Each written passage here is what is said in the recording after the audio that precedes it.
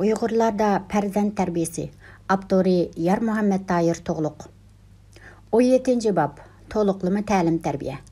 Tajribelik it yeydi yo'lbarsini tutib, jang ko'rmagan shir qochar tulkidan qo'rqib. Obul Qasim Firdavsi. Uyg'ur xalqining an'anasini aytganda, ota-ona mangu ota-ona. Ular farzandlarning mangulik tarbiyachisi. Farzand bo'lsa, ota-onaga mangu aqir qilg'uchi o'rinda turadi. Hazırki ichki siyosatining ta'siri bilan chet ellarning turmush, oila va farzandlar bilan ota-onalarning munosabati to'g'risidagi o'ziga xos bo'lgan madaniyat an'analari har xil yo'llar bilan Uyg'ur jamiyatiga ta'sir qilishga boshladi. Bu xil ta'sir mundaq bir qancha taraflarda ifodalanadi. Oldi bilan chet ellarning farzand tarbiyasi haqidagi ilg'or tajribalari tonishtirilib, ota-onalar uchun bir qism yangi tajriba tonishtirildi. Bu ahval yaxshi ahval. Yana bir tarafdan qaraganda G'arb dunyosining turmushi, odati, qimmat qarashi va axloq qarashiga mos kelsimi, lekin bizning turmush odatimizga, axloq an'anamizga yot bo'lgan bir qism omillarmi singib kirib, ota-onalar bilan farzandlar o'tirsida balkilik ziddiyatlarni, ta'lim-tarbiya masalasida ma'lum cheklimlarni borliqqa keltirishga sabab bo'ldi. Masalan, ba'zi bolalar azroq cho'ng bo'lib olib, o'qig'oniga tamanno qo'yib, o'zini ota-onasidan aqlliq, bilimlik chog'lab, ota-onasining nasihiyatini qabul qilmayotdi. Ular aymanmay, "Sizlar nimani bilatdinglar? O'zimning bilganiga qo'yib ber. Men degan oliy maktabni bitirgan. Menga endi tarbiyachi kerak emas, nasihiyatmi lozim emas" deb keyingi to'liqlama tarbiyani qabul qilmaydigan ahvol bor.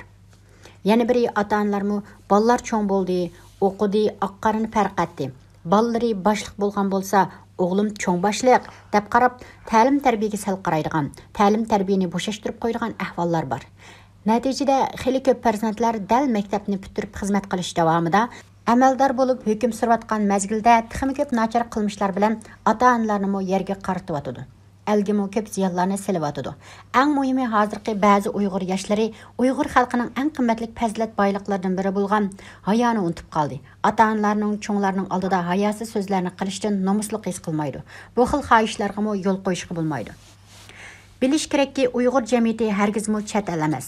Bizning turmushimiz, qimmat qarashimiz, madaniyat saviyamiz, ma'rif ahvolimiz, ijtimoiy muhitimiz, moddiy va ma'naviy saviyamiz chet ellardan tuplik farq qiladi. Ma'lumotlarga qaraganda chet ellarda bolalar kichkidan tortib toki cho'ng bo'lib, o'z yo'lini topguncha yasli va maktab tarbiyasida bo'ladi ekan. Bir haftada, bir oyda bir qatam oilasidagilar bilan ko'rishadi ekan.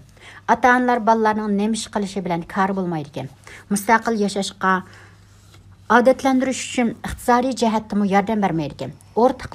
O'rtaqlikmi bo'lmaydi ekan deganga o'xshash ko'ch paranglarni olib, ba'zi bolalar baldurlar ota-onalarni kirak qilmaslikka aldiryotdi.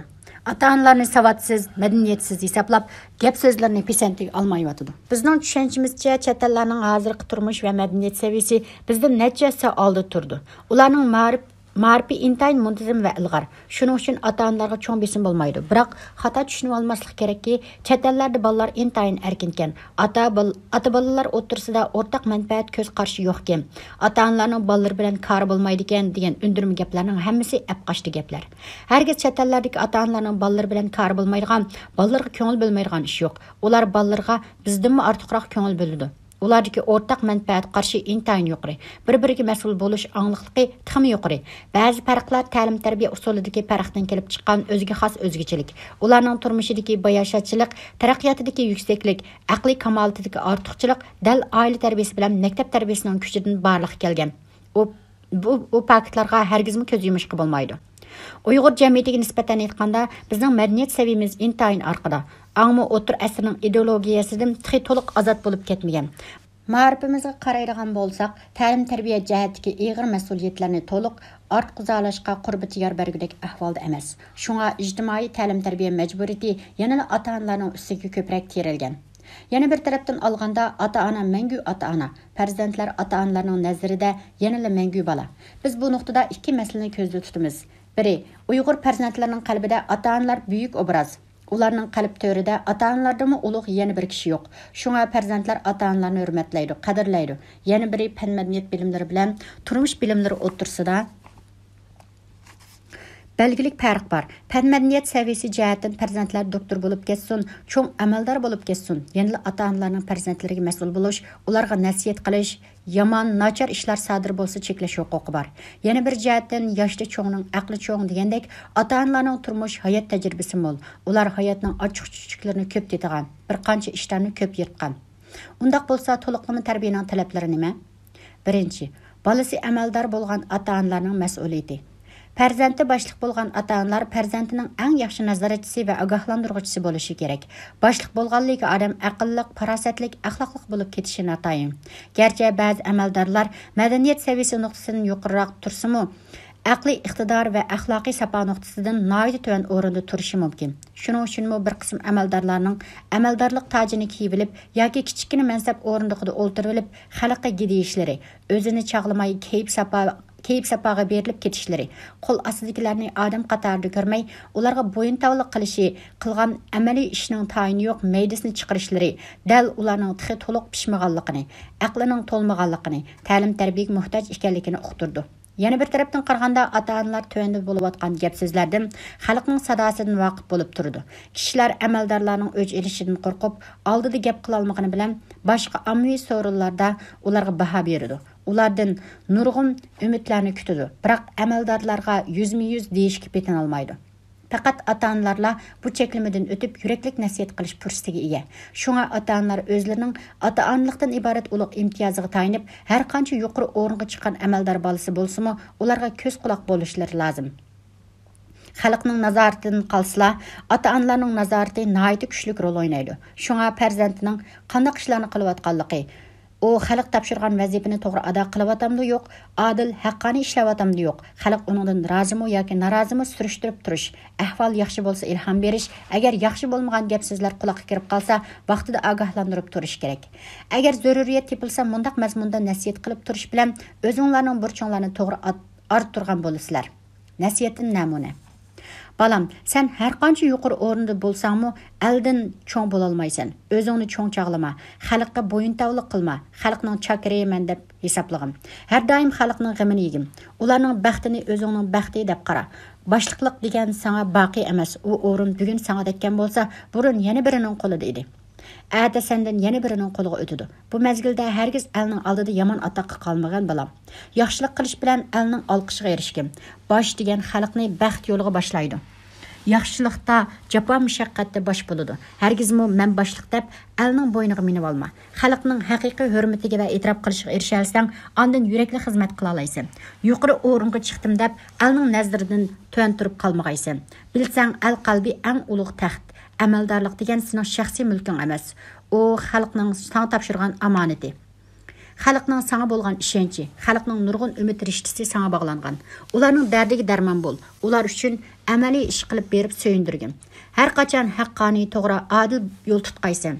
Mubodo haqqoniyatni yoqlayman deb, xalqning manfaatini qo'g'dayman deb, shu yo'lda qarniyatlarning tuhmatiga, fursatparastlarning hujumiga uchrab, amaldan yiqilsangmi, elning quchog'iga tushsan. El qalbidagi o'rning yiqilmaydi. Sen amalni jon beqishning quroli qilib olma. Xalq sana ishini huquqni tutqizgan ekan, xalqning ishonchisini yerda qo'yma. Xalq yuz kelolmaydigan ishlar sodir bo'lib qolmasin. Agar xalqni qaqshitib, o'ktamlik, zo'ravonlik qilib, bir mezgil osmonda uchsangmi, yanala yerga tushishgan vaqting bo'ladi. U chaqda o'zingga birarmi hamdan topolmaysan. Elning oldida yuzing qora bo'lganlik uchun ularning yuziga qaraya olmaysan. Elmo seni qo'tir itchilik ko'rmaydi. Balam, seni eng pastkash, qo'rqinchoq va beqindi qilib qo'yadigan ish tamaxurlik, qulluqi va nafsaniyatchilik bo'yinturqidir. Qoningdan ilinib qoldingmi, hargizmi yuraklik ishlay olmaysan. Sen birsidan parelib, bir ishni bijirib bergan bo'lsang, sening qimmating o'rning shu pulning qimmatiga arzimagan bo'ladi. Vicdanın, g'ururing va amaldorligingni shu pulga sotgan bo'lasan. Sening ixtiyoring allaburun boshqalarning qo'liga o'tib ketadi. O'rnimni saqlab qolaman deb haq-naq masalalarda sukut turib olma. Haqnaq masalasi seni sinaydigan gerteshi. Nefsinge berilib noto'g'ri yo'l tutib qalsang, o'zingning putqolini o'zing tushib qo'ygan bo'lasan. Yusuf Hasajib para pishqan oshni ximirga yondirdi, to'g'ri ishni xato qilib boradi degan ekan. Erkin, azodi yurakli bo'lay desang, pak amaldor bo'lgin. Qadimdan tartib hozirgacha xalqning boshliqlarga qo'ygan tuvandagi o'lchamlarni o'zingga mezon qil. Birinchi, pak, adil, haqqoniyatchi bo'lgin. İkinci, keng qo'rsoq sexiy bo'l.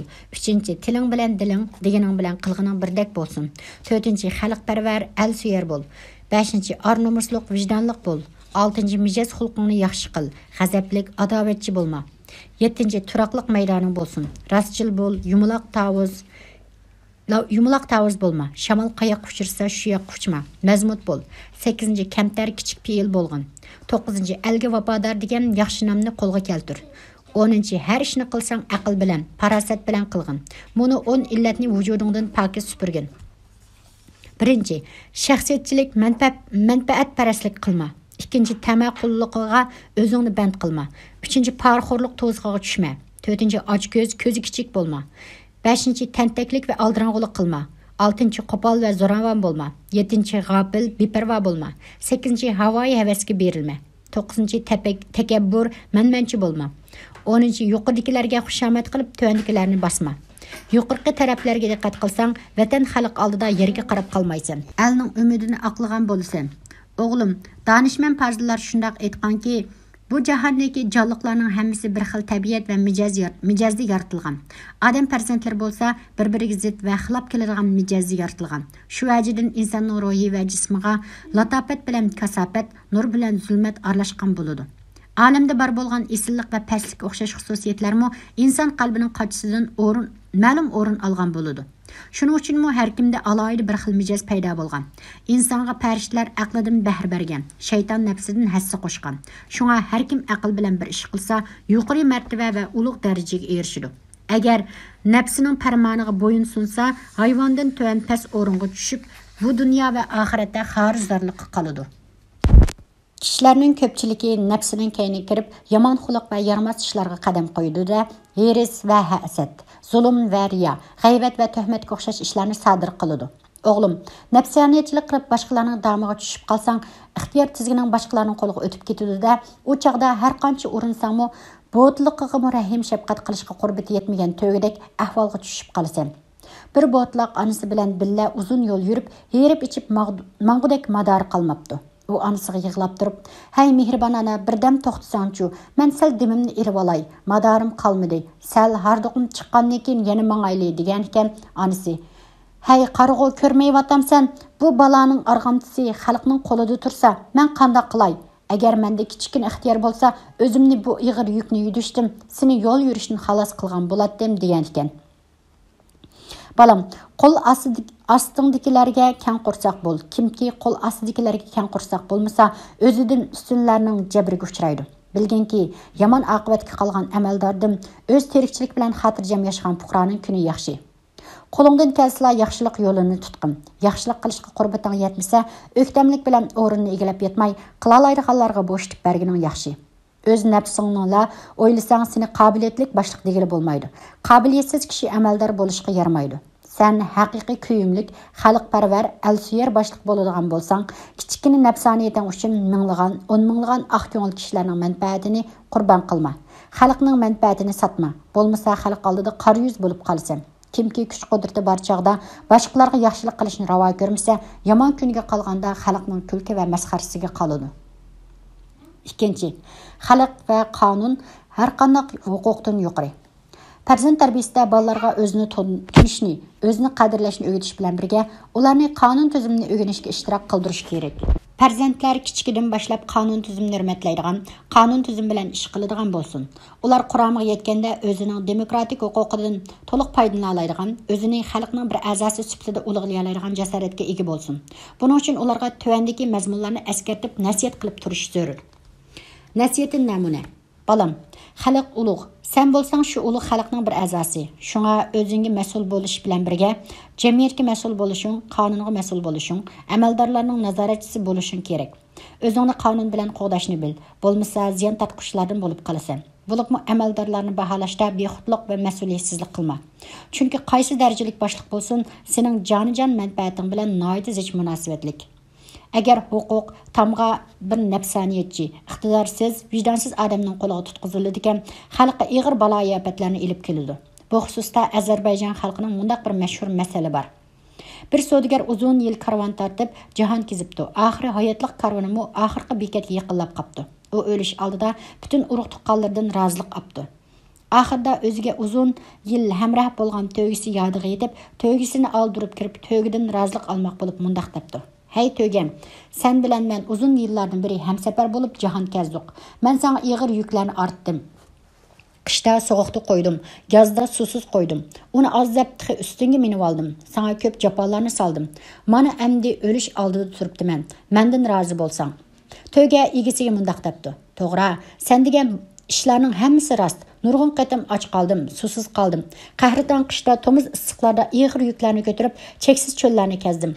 Buning hammasiga roziman, lekin bir ishingni u dunyo hargiz kechirmayman. Hey hamrohim tövgem, debdi hayron qolgan buvay. Nemish u kechirmaydigan? Bir qatam debdi tövge. Do'ngdan chiqayotganda chulurimni eshakning quyrug'iga bog'lab qo'yganing yodingdimi? Mana shu ishingni mangu kechirmayman. Kelidi bir kun degan romandan o'zlashtirib elindi.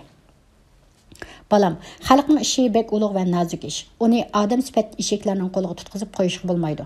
Tarixda nurg'un davlatlar dal amaldorlarning iqtidorsizligi tufayli zavol topgan va xalqni qonga botirgan. Yusuf Hasajib buvimizning mundaq mashhur ruboyisi bor. Buluverse itqa kör baş arslan, bulur itlar hemme arslan simam. Eğer bolsa it arslanga baş, bulur arslanlar hemme ittek hamam. Şundaq balam, iqtidorlik, bilimlik, pazlatlik başlık xalqning baxti. İqtidarsız, bilimsiz, pazlatsiz başlık xalqning kunlarini qara qiladi. Ba'zi kishilar akan kimni alsa yengen shu degandek. Mas'uliyatsizlik bilan muomala qiladi. Keyin barmoq tishlaydi-yu, o'rniga keltirgisiz ziyon bo'ladi. Şuna fəaliyyətçilik bilan hüquqini to'g'ri ishlatib, xalqning manfaatiga haqiqiy vakillik qila oladigan kishilarni, yaxshi xarakterli kishilarni tanlab ko'rsatishga tirishgan. Xalq degan ulug' ham saylay oladi, ham nacharlarni shalay oladi. Agar xalqning umidini aqlay olmaydigan odam hokimiyat beshiga chiqib qolgan bo'lsa, darhol umumiy xalq jamoat fikri orqali uningdan huquqini ilib etish kerak. Undaq adam bir kun oşuq hüküm sürse, nurg'un ziyonlarni saladi. Har qachon angishlar xalqning qo'lida, xalq e'tirof qilsa u boshliq, xalq e'tirof qilmasa, quruq irqqa mirob bo'lib qilaveradi. Balam, agar o'zingda xalqni boshlayarg'idek iqtidor bo'ladigan bo'lsa, dadillik bilan o'zingni namoyon qil. Yuraklik holda huquqni qo'lingga olib, xalqqa baxt keltirishga tirishqin. Agar iqtidoring bo'lmasa, hargiz bu ishga havas qilmagin. Iqtidorsiz odamning amal tutishini chumulning hari so'rishi deb tasavvur qil. 3. Farzandingiz doktorlik kasbida bo'lsa, mundaq mazmunda tarbiya qiling. Balam, sen kishilarning jismoniy kasalini davolab, ruhiy azobdan ozod qiladigan, o'limga amal qilib, hayotiga kapolat qiladigan savobli kasbni qiladigan bo'lding. Sen o'zingni bir sababchi deb bilgin. Kasallikning hammasi o'limga olib bormaydi. Biroq ajali to'shgan bo'lsa, har qancha usta doktormo sababdan ojiz keladi. Ajali to'shmagan bo'lsa, sabab qilsang, vaqtsiz o'limning, baxtsizlikning, rayimsiz judolikning oldini ola olaysan. Biroq yaxshi, yaramliq, iqtidorli doktor bo'lmoq o'ng'ay emas. Yaxshi yaramliq doktorni kishilar oq farishta deb ataydi. Yaramsiz, qobiliyatsiz doktorni kishilar rayimsiz qotil hisoblaydi. Bu xususda Alshir Navoiy mundaq solishtirma qilgan. Nadon tevib jallodning ustisi, jallod tig' bilan o'ltirsa, nadon tevib dori bilan halok qiladi. Jallod nadon tevibdan yaxshiki, jallod gunohkorlarning kallasini olsa, nadon tevib begunoh odamni o'ldirdi. İbrat alganki hüküm qilolmagan ahvolda aldirab retsep yozma. O'zingning ojizligini yoshirma, jon bilan o'ynashma. Kasalga qarata to'g'ri hukm qilishga ojizlik qilsang, samimiyatlik bilan boshqa doktorlarga ko'rinib beqish taklifini bergin. Diagnoz %100 muayyanlashtirilmaguncha bemorga va uning oila tabobatlariga ig'zingga kelguncha qalayimqan bir narsalarni deb qo'yma. Bilginki doktorlik degan nihoyat nozik kasb. Har doim jon bilan hapilishsan. Bir qatimliq savalliking o'zingni mangu kechirmaydigan xatolikqa elib berishi mumkin. Shunga har qachon kasbiy iqtidoringni oshirishga tirishqin. Balam, doktor degan yaxshi xuyluq, yaxshi mijozlik va xushxuy bo'lishi kerak. Kesel kishi degan to'limi nozik bo'ladi. Ularning yuragi lampindek lig'ildab turadi. Nihoyat ko'p andisha, tashvish, qo'rqish ularning ruhini ojizlashtirgan bo'ladi. Shunga sen ishni avval bemorning ruhini ko'tarishdan boshla. Ularga umid, ishonch ato qilgin. Ularning ruhiy besimini yengillatmasang, bergan dorilaring ularga shifo qilmay, balki zaharga aylandi. Ishonch, umid paydo qilib, ruhida jushqinlik uyg'otsang, bir siqim talqonni dora deb kap etkizsang, shifo bo'lishi mumkin. Bu ko'p sinoqdan o'tgan ish balam. Shunga bemorlarga shafqatlik, mehribon, ochiq chiroy va illiq bo'lgin. Dorang bir o'lish davolasa, fazilating yana bir o'lish davolaydi. Bemor sen bilan tunji uchrashganda mehringdan suyunsa, uni 3ta bir o'lish davolab bo'lgan bo'lsa, Senden qo'pollik, sovuqlik sodir bo'lib, bemorning ko'ngli og'irgan bo'lsa, kasalni 1/3 o'lish ig'irlatgan bo'lasan. Agar bemor sen bilan bo'lgan tunji suhbatda ishonchiga ega bo'la olmasa, o'zida yengillik his qila olmasa, sen o'zingni doktor deb atamisangmi bo'ladi. Balam, doktor degan kasalni tanıydı. Adamlarga farqli muomala qilmaydi. Sening oldinga hojatman bo'lib kelgan bemorlar boy bo'lsin, kambag'al bo'lsin, tuqqaning bo'lsin, yot bo'lsin, boshliq bo'lsin, fuqaro bo'lsin, hammasi o'xshashla dardman. Ularning hammasiga o'xshash muomalada bo'lgin. Hargiz farqli muomala qilma. Masalan, bir kasalxonada 4 bemor yotgan bo'lsa, biriga haddidan ortiq ko'yinib g'amxo'rlik qilib ketsang, boshqalarga ancha e'tibor bermasang, kasbiy axloqingga mos kelmaydi ular emas, odamgarchilikka to'g'ri kelmaydi. Şuna her qaysidan yo'lida ahvol so'rab ko'nglini yasag'in. Qizg'inlik bilan ularga umid beg'ishla. Kishilarning hojati tushib qolsa, xushallik va qizg'inlik bilan ularning dardiga darmon, kesligi shifodir bo'lgin. Manfaat qo'lishib kishilar kasallik dastidan jon bilib ilishvasa, ko'zingni yumib olma. Jonni pul bilan o'lchashga bo'lmaydi. Jonni qutqizish sening birdan-bir maqsading bo'lsin. Pul yo'qganda biror kasalni davolamay o'lib ketishiga sababchi bo'lib qolsang, jonga zomin bo'lgan bo'lsan. U holda bir umr o'zingni kechira olmaysan. Balam, doktor degan noqul kitobiy bilimga tayangan bilanla yaxshi doktor bo'la olmaydi. Amaliy tajriba degan 1000 kitobdan afzal. Hamma kasal kitobda bitilgandek bo'lishi notayin. Garchi o'xshash bir kasal ikki odamda paydo bo'lgan bo'lsa, bir odam kitobdagi davolash usuli bilan unumli davolanishi mumkin. Yana biriga yaxshi unum bermasligi mumkin-ku. Shunga sen odamlarni, ularning turmushini, yashash muhitini, ularning kasallik paydo qilishdagi omillarni ilmiy faraz qila olsang, kasalning asli manbasini topa olaysan. Sababini aniqlay olmasang, kasalni tub yildizidan saqayta olmaysan. Bunun için sen doktor bol, psikolog bol, cemiyetshunos bol. Bazı kasallar doğru bilen saqaydigan, bu beden tampонлыгы buzilganligining ifodasi. Bazı kasallar doğru bilen saqaymaydigan, balki ruhini davolash bilan shifo topadigan. Hikoya qilinishicha, bir podshoh g'alati bir kasalga giribdor bo'ldi. Uni shuncha dangliq tabiblarmi davolashga ojizlik qilibdi. Her qancha amal qilgan bo'lsa-mu unum bermabdi. Balki shahning kesili bag'ansir eg'ilishib mengibdi. Shu kunlarda shaharga bir tabib kelib qapti. Uni o'rniga taklif qilib shah xabar beribdi. Shahmi rozilik bildiribdi. Tabib bir mezgil shahning turmushini kuzatgandan keyin mundaq debdi. Shahim, silining kasallari ko'zlari bo'lsa kerak. Yolg'on aytsan, debdi shah terkib. Ko'zim intayin normal. Dard degan ichimda, dilim hamisha qorong'u, ko'nglimga hech narsa yoqmaydi. Terkib titit bo'lman, rohatlanib uxlay olmayman. Deganlari to'g'ri, dal shu dardlarni davolashni ko'zdan boshlash kerak, debdi tabib. Mening ko'zim sopmisoq, deb g'azablanibdi shah. Undaq bo'lsa, menga ijozat bersizlar, men ketib qolay, debdi tabib. Shah biroz o'ylanib, tabibning davolash taklifini qabul qilmoq bo'pti. Tabib shahdan so'ziga kirishni, amal qilishni o'tinibdi. Shahmi rozilik beribdi. Shuning bilan tabib shahning eng yaqin bir turkum kishilarni birga elib safarga chiqishni buyuribdi. Ular safarga otlanib, shu kunlar xili uzun yo'l yuribdi. Kechda go'zal bir vodiga yetib kelibdi. Shu kechasida shah shundoq shirin va qattiq uxlabdiki, atsi tong atganda aron uyg'onibdi. Shah o'rnidan turib, go'zal tog' bag'ridan shildirlab eqib turgan suzuk suvlarni tomosha qilibdi. Rang-rang gulgiyahlar diliga arom beribdi. U barbara yengillab qolgandek his qilishga boshlabdi.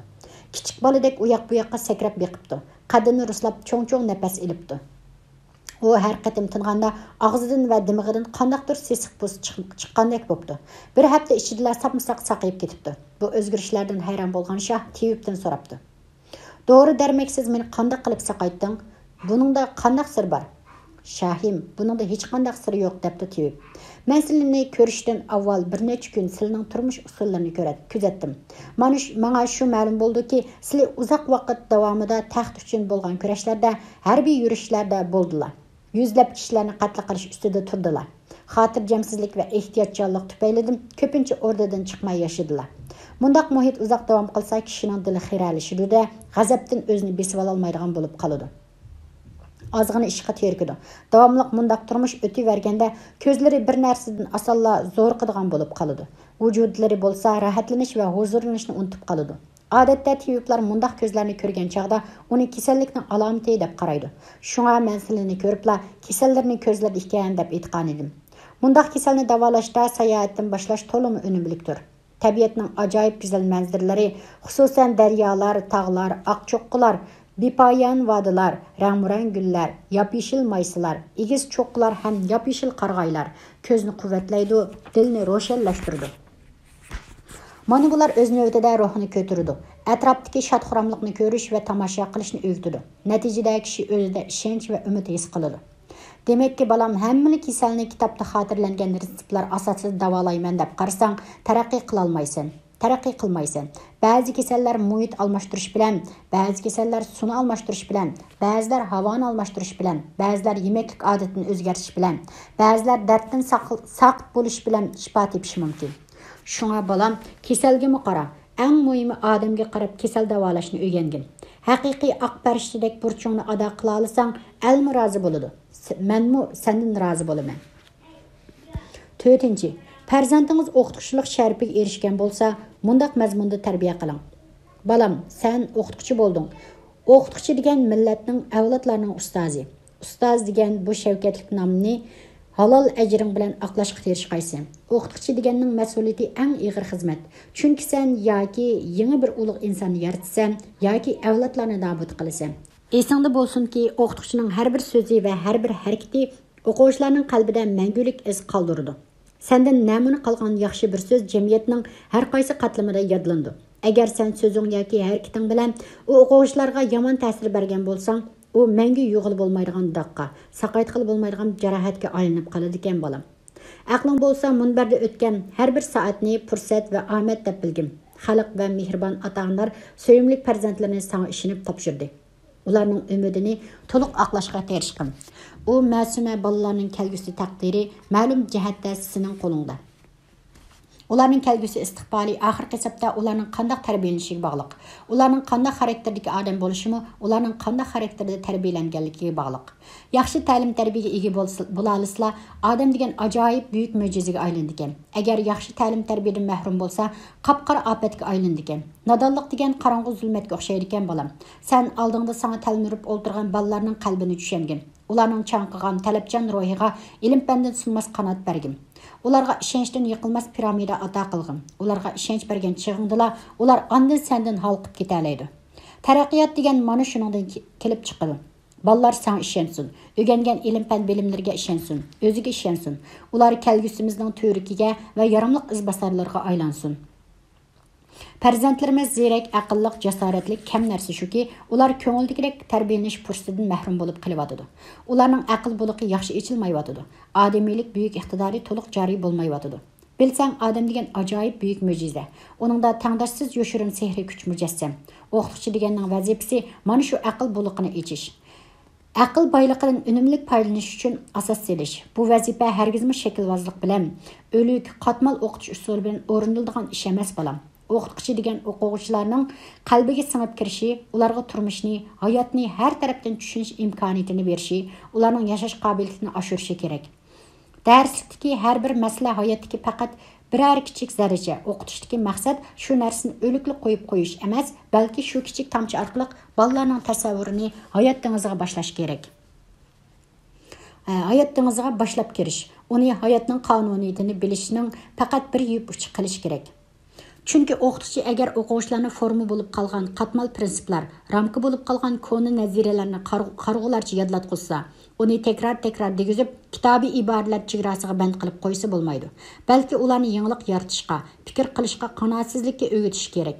Chunki odamning ulug'liqimi uning fikr qilishidan, hargizmi to'tiy qushdek nimani o'rgatsa, shuni qayta takrorlayverish emas, pedagogining o'z oldiga qo'ygan vazifasimi o'qitish orqali biri yashashni o'rgatish bo'lsa, yana biri fikr qilishni o'rgatish emasmi? Bilishning o'z oldiga qo'ygan tub vazifasi bu dunyoni o'z ko'zi bilan ko'rish, o'z hissiyoti va tushunchasi bo'yicha baholash, o'z maqsad nishoniga uyg'unlashtirib, o'ziga bo'ysundirish.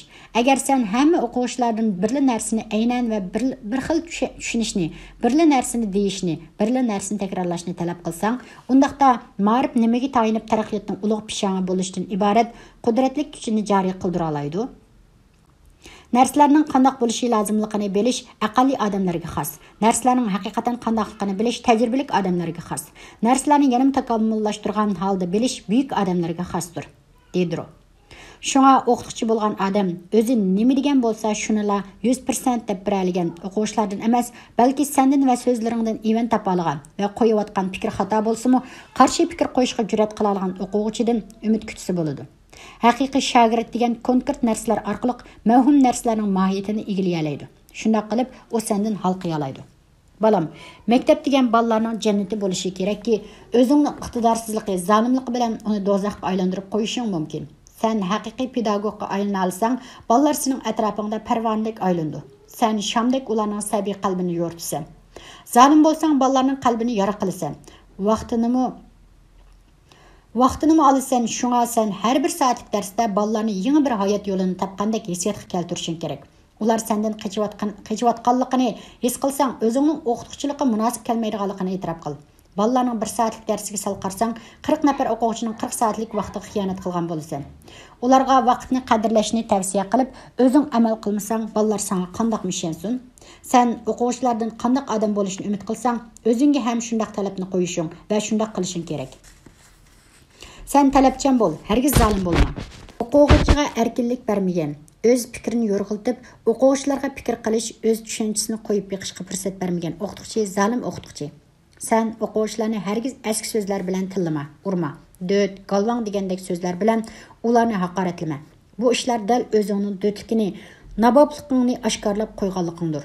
Balalar hargiz döt emas. Shundoq bildirolmaslikni o'zingning tajribasizligidan va haqiqiy pedagogga aylana olmaganligingdan ko'rsang bo'ladi. Sen ularga dars so'zlayotgan chaqda har qanday usta san'atkordan ortiq erkin, harakatchan va jonliq bo'l.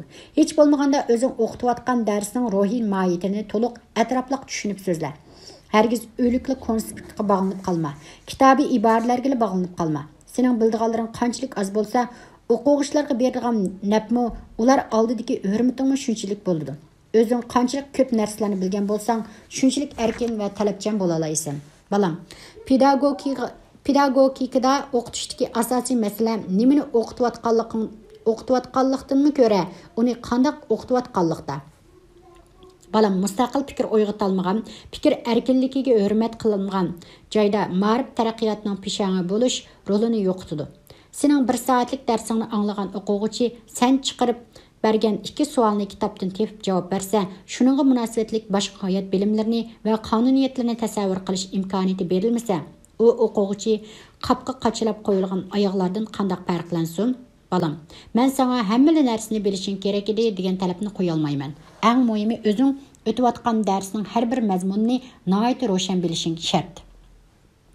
Balam, hozir sapo ma'rifi ta'kidlanyotidi. Buningdagi tub maqsad avlodlarni o'z aqli iqtidoridan eng unumli darajada foydalanish, o'zida tabiiy mavjud bo'lgan insoniy iqtidorni imkon qadar to'liq joriy qilish imkoniyatiga ega qilish. Buningdagi oldingi shart o'qituvchilarning saposini yuqori ko'tarish. Bilishing kerakki, o'qitishdagi maqsad faqat darslik mazmuniga asosan imtihondan o'tkazishla emas, balki jamiyatning imtihondan o'ta oladigan odam qilib tarbiyalash. Shunga sen nima degan bo'lsang, to'tiy qushdek shuni yodlab bergan o'quvchilarga emas, balki sening darsingdan evan topa olgan, hatto nomuvofiq taraflarga dadil qarshi tura oladigan, xato bo'lsa o'zining fikrini qo'yishga jur'at qiladigan o'quvchilarga ko'proq ko'ngil bo'lgin. O'qituvchi degan shaklvozlik qilsa, numurg'ili qarg'ularcha cho'qinsa bo'lmaydi. Eng muhimi aqlni hurmatlashni bilgin. Balam, ma'rifning muqaddas vazifasi odamni takomillashtirishdir. İnsani takomillikning ochqichi aql buliqini echish. Odam barliq mavjudotlardan aql muqaddasligi bilan ustun turdi. Aql organi dunyodagi eng chiroyli gul.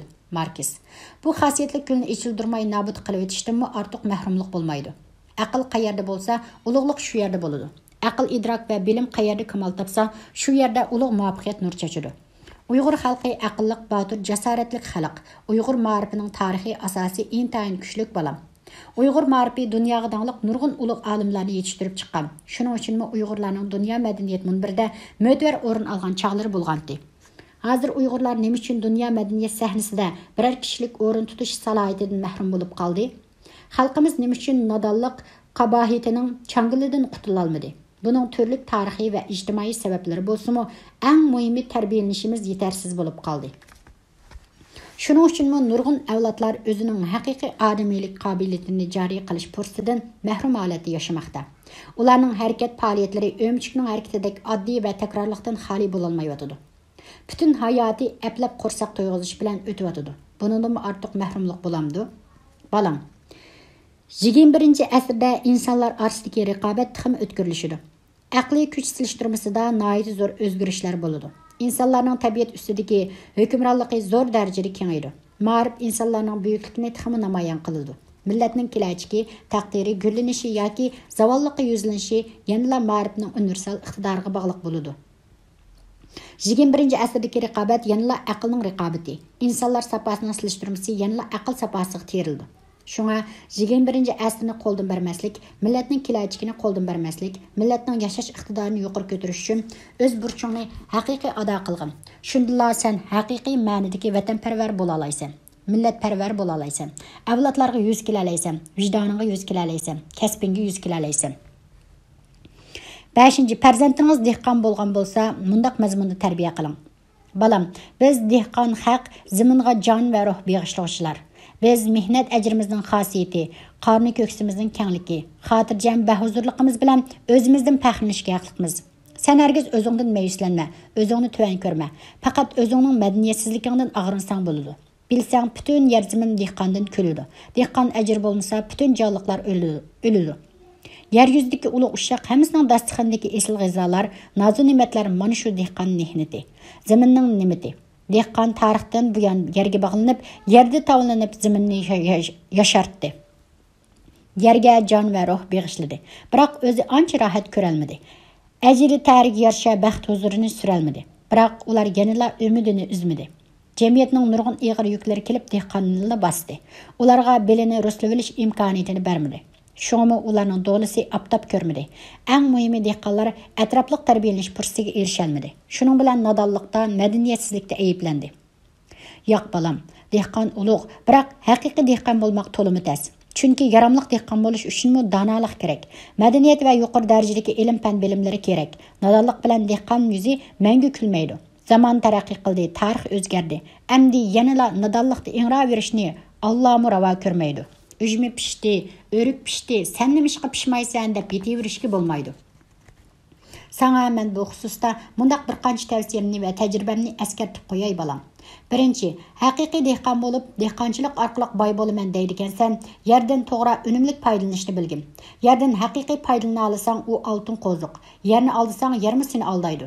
Bizda mundaq bir tamsil bor. Sapan vaqtida puxtliq bo'lsa, xamin vaqtida janjal bo'lmas. Yer degan qilgan əmgakka qarab kuludi. Biroq qara əmgakka tayinibla maqsad didorini ko'rgili bo'lmaydi. Yer deganga odamdan boshqani terib undirgili bo'ladiganligini bilsang-ku, shunga yolg'izla bug'doy, qo'noq, paxta belalla cheklanib qolmay, bozor nimani talab qilsa, turmush ehtiyojing nimani taqozo qilsa, shuni terib foydalangin.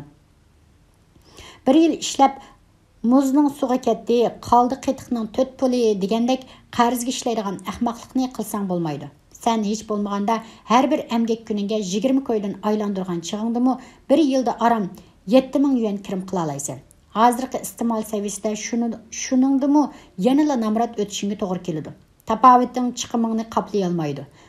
Balam, şuna sen aldı bilen bilimini aşırıp dehqonchilik mahsulotlarının sortini yaxshilashga tirishqin. 1 kilogram mahsulot aldıganning o'rniga 2 kilogram mahsulot ala oladigan sortlarni yetildirsang, emgekka tushliq ish bo'ladi. Yana biri yolg'iz etizig'ila bog'lanib qolma. Yolg'iz etizig'ila yo'linib olgan dehqon ro'noq topolmaydi balam. Qo'lingda qo'shimcha biror hunar bo'lsin. Baxmachilik, bog'vanchilik, ko'ktatchilik qatorliq ishlarni qo'shimcha qilgin. Bir chorak bug'doy setib 1 kilogram uzum, yarim kilo go'sht yoki bir taxsi lag'man setib olib yesang qanday ro'noq topsan? Ikkinchi, o'zingning qimmatini haqiqiy tanig'in. Taraqqiy qilgan Allarda dehqonlarning hal kuni, turmushi, madaniyat saviyasi shahardagi kishilardan hargiz to'g'ri turmaydi. Chunki ularda madaniyat yuqori, ishlab chiqarish unumdorligi yuqori. Ular oliy mashinalarda o'ltirdi. Kostyum buruklarni qirlab kiyib yuriydi. Yurish turishlari yangi shaharliklardan farqlanmaydi. Biz bu yerda shaharliklar tarafidan sahrolik deb kamsitilamiz. Buning muhim sababi yana o'zimizda. Madaniyat saviyamizning tuvanligi sabablik bor imkoniyatlarimizdan to'liq foydalana olmaymiz. Qo'limizda bo'lsa-mu pokiz ratlik kiyinib yurolmaymiz. Ishdimi, bozordami birlik kiyimni kiyib olib, qasmoq qilib etamiz. Hamma narsa o'zimizdan chiqargan turib, o'xshitib tamoq etib yeyolmaydiganlar xili ko'p. Shumi boshqalarning ko'ziga ilinmaymiz. Aslidan olganda balam, dehqon bir kun emgakdan to'xtasa, butun zamin ofatga yuzlandi. Bilsang, televizor, mashina va boshqa zamonaviy aslahalar bo'lmasa-mu, yanada yashag'ili bo'ladi. Açlıq bolmasa yaşaş mümkün emas. Madaniyetning bo'lishimi mümkün emas. Şuna bizni hech qandaq adamning kamsishiga haqqi yo'q. Biroq bizning davr taraqqiyotiga va talabiga masalda madaniyat sapoyimizni o'stirish haqqimiz bor. Pakiz, chiroyli kiyinib shahar ko'chalarida erkin, bahuzur yurish haqqimiz bor. Zamin ato qilgan maishatlardan foydalanib, baxt o'zini surish huquqimiz bor. 3. Balam, sen bu dunyoda faqat ishlash uchun kelmading. Ishlashni bilib, o'zing ishlab chiqarayotgan mahsulotlaringning qimmatini bilmasang bo'lmaydi. Chunki har qanday narsaning uningga singan emgak va hayotdagi qimmatiga munosib bahosi bo'ladi. Bir chorak oshliq elish uchun qancha emgak kuni ketadi? Buni hisoblab baqqanmi? Agar bir emgak kuni ketsa, bir chorak oshliqning qimmati oz deganda 20-30 yuanga yarishi mumkin. 2 emgak kuni ketsa 40-50 yuanga yarishi lozim. Shundala tangpungliq, barobarlik, tang taraqqiy qilish bo'ladi. Agar sen bir chorak bug'doyni 10 qo'yga satsang, 150 chorak, ya'ni 15 tag'ar bug'doyga bir televizor setib ola olasan. Demak, bir oila bir yil, ya'ni er-xotin ikkisi 360 kun emgak kuni, ya'ni ikkisi ishlab olgan mahsulotning qimmati bir televizor setib olishga yaramasa, sen yemamsan, ichmamsan, kiymamsan, bolalarni maktabda o'qitmamsan, bilginki dehqon emgakining qimmati haqiqiy kapolatga ega bo'lmaydi ekan, hargiz boy bo'la olmaysan. Balam, shunga angliq yashag'in. O'ttir asr engida turi vermagin. Mashina odamdek qarsiga ishlaverma. Angsizlik, madaniyetsizlik qayerda hukm sursa, shu yerda xurofotlik va jaholat hukmronlik o'rniga o'tadi. Bilim faqat shaharliklarga lozim deb qarama. Dehqonlar uchun eng yaramliq doktorlar, olimlar tiximi zarur. Sen terishib bilim saviyangni oshirg'in. Nodonlik, madaniyetsizlik, namratlik haqoratini yo'g'in. 6. Farzandingiz tijorat bilan shug'ullanadigan bo'lsa, mundaq mazmunda tarbiya qiling. Balam, bozor degan bir jangoh.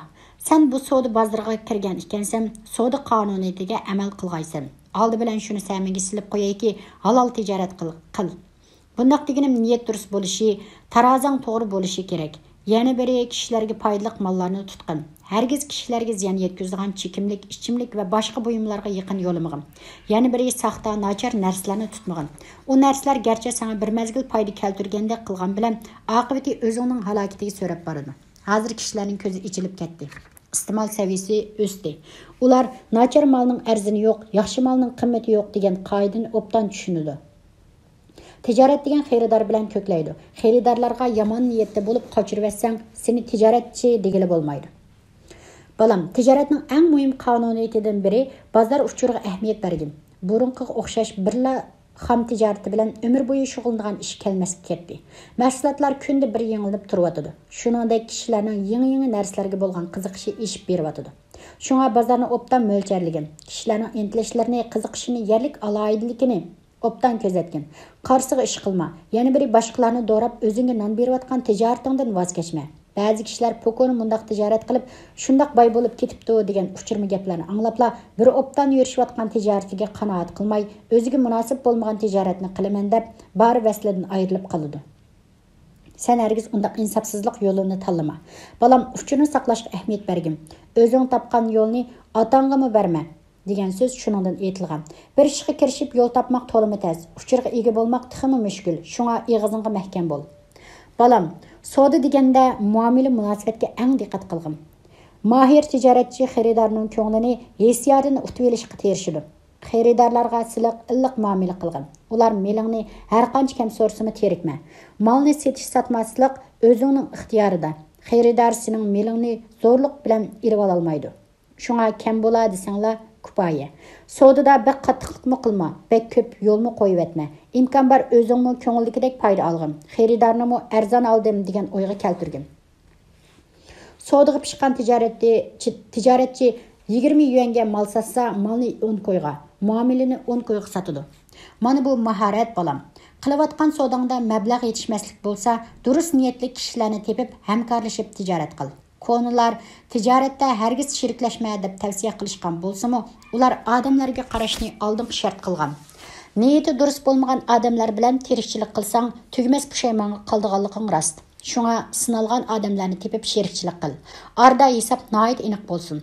Do'st rast, hisob rast degan aqidani unutib qolmagin. Hisob deganda yodingga ishonma. Bir mo kirim chiqimni xotirlab hisob kitob qilib turgin. Balam, an'anaviy tijorat usuli endi oqmaydi. İlip sattığı ticaret hesaplığıl bolmaydı. O beşi bar ayığı çıkmaydigan yol. Uyg'urlar qadimdan tartib tijoratga mayir bo'lsa-mu, hozirgi davr talabiga yondashmoq to'liq mushkul. Sen esingni yig'ib, bo'lg'icha fursat ketib qolsa, ajringning hammasi bekorga ketadigan ish. Savodsizlik, qora qo'rsoq bilan qarsiga tijorat qiladigan ishning quyruqini qum bosadi. Sen savdo tijorat bilimlarini o'rganib qolmay, balki biror chet el tili o'rganmasang, kompyuter bilmasang bo'lmaydi. Eng muhimi ishlab chiqarish bilan setishni bir gavda qilgan tijoratni yo'lga qo'ya olsang, el yurtqımı payda yetkizələysən. Ticaretiningmi istiqbali boludu. Şinjangda xam materiallarning türləri nayıtı köp, arzon. Uning ustiga əmgək kuchi tiximi arzon. Shundaq yaxshi fursat va sharoitdan foydalanmay, qo'l yog'liq chog'liq narsani boshqalardan elib tijorat qilganda, oxiri bu bozor seni shallab etadi. Balam, tijorat mahoratini bozor o'g'tidi. Savdo degan shaytonga o'xshash narsa. Foyda bilan ziyon qo'shkizak degan gap bor. Ba'zida kutmaganda ko'p foydaga ega bo'lib qilishing mumkin. Ba'zida ko'p ziyon tartib qilishing mumkin. Foyda olgan chog'ingda ko'ranglab ketmagin. Har qancha cho'ng ziyon tartib ketgandimi, ichingga solmag'in.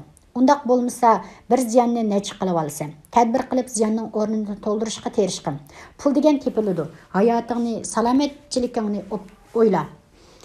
Odam degan o'libmi ketadigu, qayg'u degan aqlingni tormozlaydi. Hayotingga ekak soladi, bozor degan keskin jangohga o'xshaydi bolam. Parasat bilan ilishishdan boshqasi foyda bermaydi. Xotima. Muhtaram o'qirman, farzand tarbiyasi mangu mukammallanmaydigan cho'ng va muhim tema. Uyg'urlarning madaniyat tarixida farzand tarbiyasi haqida maxsus va sistemalik yezilgan qo'llanma yo'q deyarlik bo'lg'achqa, mushundaq jafoliq va mas'uliyatli ishni ma'lum darajada ro'yobga chiqarishga niyat qilib qoldim. Shu topda men bu xolis emgakimda yetarsizliklardan saqlanish mumkinligining ozligini, kitobning mukammallik talabidan xeyli yiroq ekanligini tuyib turibdiman. Aniqki, aqlliq va o'qimishli o'qirmanlar mening bu yaxshi niyatimni quvvatlaydi. Pok qalb va samimiylik bilan qilgan halol emgakimni muayyanlashtirdi.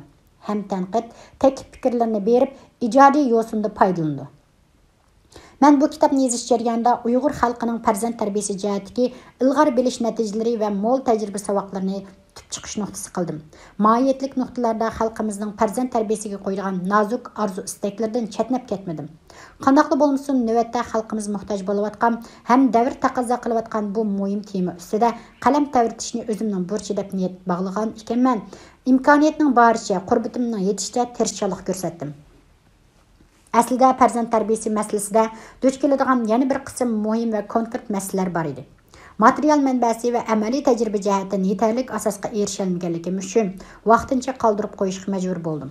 Bo'libmi ota-onasi ajrashib ketgan farzandlarning tarbiyalanishi, ota-onasi o'lib ketgan yetim bolalarning tarbiyalanishi masalasi, o'gay bolalar bilan o'gay ota-onalarning o'tirsidagi ziddiyatlarni bartaraf qilish masalasi, ma'lum alohida sabablar bilan ya'ni ota-onalar turmaga kirib ketgan, chet ellarga chiqib ketgan, ota-onasidan ayrilib turayotgan farzandlarning tarbiyalanish masalasi qatorliq favqulodda va alohida muhitdagi ta'lim-tarbiya talablarini mukammal jonliq material asosiga ega bo'lgandan keyin ayrim to'liqlamoqchi bo'ldim. Bizda ko'ngildan suv ishar degan gap bor. O'tgan tarix bizga ajoyib ig'ir qismat yuklarini artdi. Hozirgi davr chaqi har qanday davrdagidan tez aylanib bizga tiximi keskin, tiximi rehimsizlik bilan raqobat e'lon qilmoqda. Afsuski boshqalar otda, biz bo'lsak eshikda. Boshqalar palakda bo'lsa, biz tixi yerda. Bu hol bizning majburiyatimizning qanchalik mushkul, farzandlarimiz ustiga tushgan bisimning qanchalik ig'ir ekanligidan dalolat berib turibdi.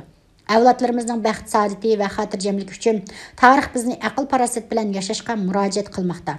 Turmush ritmi bizni aldiratmoqda. Ajdodlar bizga ko'z tikmoqda. Davr bizni chaqirmoqda. Farzandlarimizning bu rahimsiz raqobat baygisida tanlanishi yoki challanib ketishi ularning kelgusi taqdiri bilan munosabatli bo'lgan nihoyat jiddiy sinov ekanligini uqtirmoqda. Hayot va yashash mana shunday uzluksiz raqobat davomida haqiqiy ma'noga ega bo'la oladi. Tushanguvchilar uchun bu dunyo ajoyib go'zal va sevimlik. Bilguvchilar uchun hayotliq tepilmas fursat. Lekin fursat bilan qismat hech qachon uni quruq sig'inish, ko'z yoshi qilib yolvurish bilanla o'zining maishat dasturxonini ochmaydi. Taqdir qismatlarini faqat haqiqiy iqtidor bilan mardlikla kumpay-kum qila oladi. Shunga farzandlarimiz o'zlariga ato qilingan buyuk odamiylik iqtidoridan unumli foydalana oladigan bo'lsin. Ular bu dunyo ato qilgan maishat dasturxonidagi tegishli rizqidan bahramand bo'la oladigan bo'lsin. Bu buyuk maqsadga yetish uchun ota-onalar va o'qituvchi ustozlar, hatto butkul jamiyat qanchalik badal to'lasa, qurbon bersa arziydi. Mazkur kitobda ba'zi mohiyatlik mazmunlarga e'tiborsiz qaralgan taraflar bo'lsa, bu sohadagi mutaxassislarning o'qimishliq mas'uliyatchan ota-onalarning samimiylik bilan maslahat berishiga, to'g'ri ko'rsatma va jonliq materiallar bilan ta'minlashiga muhtojman. Navoda shundoq yordamga nail bo'la olsam, kitobning keyingi nashrida to'liqlayman. Ezgu niyat va yaxshi tilak bilan maslahatlashish, sirdashishni orzu qilg'uvchilar uchun adresim Urumchi shahri G'olibiyat yo'li 81-qori, telefon 0991 28 53 581.